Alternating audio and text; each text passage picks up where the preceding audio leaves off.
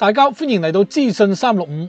尖沙咀婚宴酒家星匯近日傳出突然結業，係由已故鋪王鄧成波家族公司持有嘅。本來主打婚宴市場，吸引唔少新人落訂，而家突然拉閘，搞到大批準新人一頭煙，仲話自己俾人走數。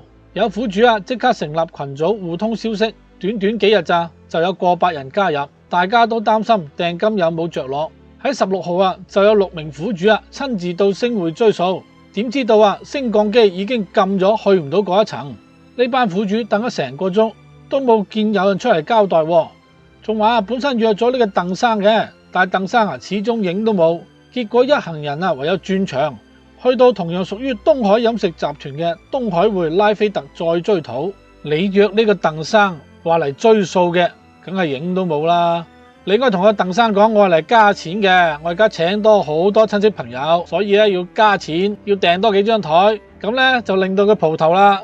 好啦，呢個馮小姐話佢落咗10萬蚊訂金，原本係11月底擺酒嘅，佢8月份已經收到風聲噶，但經理解釋係淡季，9月份就會重開。點知上個星期就爆出結業消息，馮小姐話好彷徨，好失望啊。幸好已經揾到其他新地方，但係對呢個集團冇晒信心啦。另一位施小姐佢3月份已經交咗5萬蚊訂金啦，11月份結婚，但佢直言早覺得星匯生意差噶啦，每次晚市都係得2-3台，去到7月佢再約台食飯竟然發現職員失聯啦，之後先知道原來餐廳成日唔開門，點知而家真係一鋪清袋，完全冇交代，又只要另外揾場。如果降低要求嘅話，就應該揾到嘅。佢催促集團負責人盡快現身交代，退回訂金，又稱願意俾時間酒樓處理。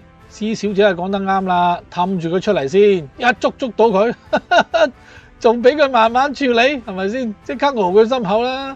苦主 N 小姐仲講，佢交咗10萬蚊訂金，好多苦主嘅金額已經超出呢個小額錢債審裁處嘅75000蚊上限。即係話，如果要追討嘅話，要走法律程序，麻煩又嘥時間。6名苦主即場打電話俾東海飲食集團嘅前董事鄧耀邦，但係打極都唔通，咁再打俾呢個星匯嘅副經理黃小姐，對方話要去青衣東海匯拉菲特揾 CEO 4哥追討。報道又指唔單止係準新人受到影響，員工亦大爆料話欠薪俾人解僱咗，賠償仲未有安排，同埋強積金幾個月都未交過。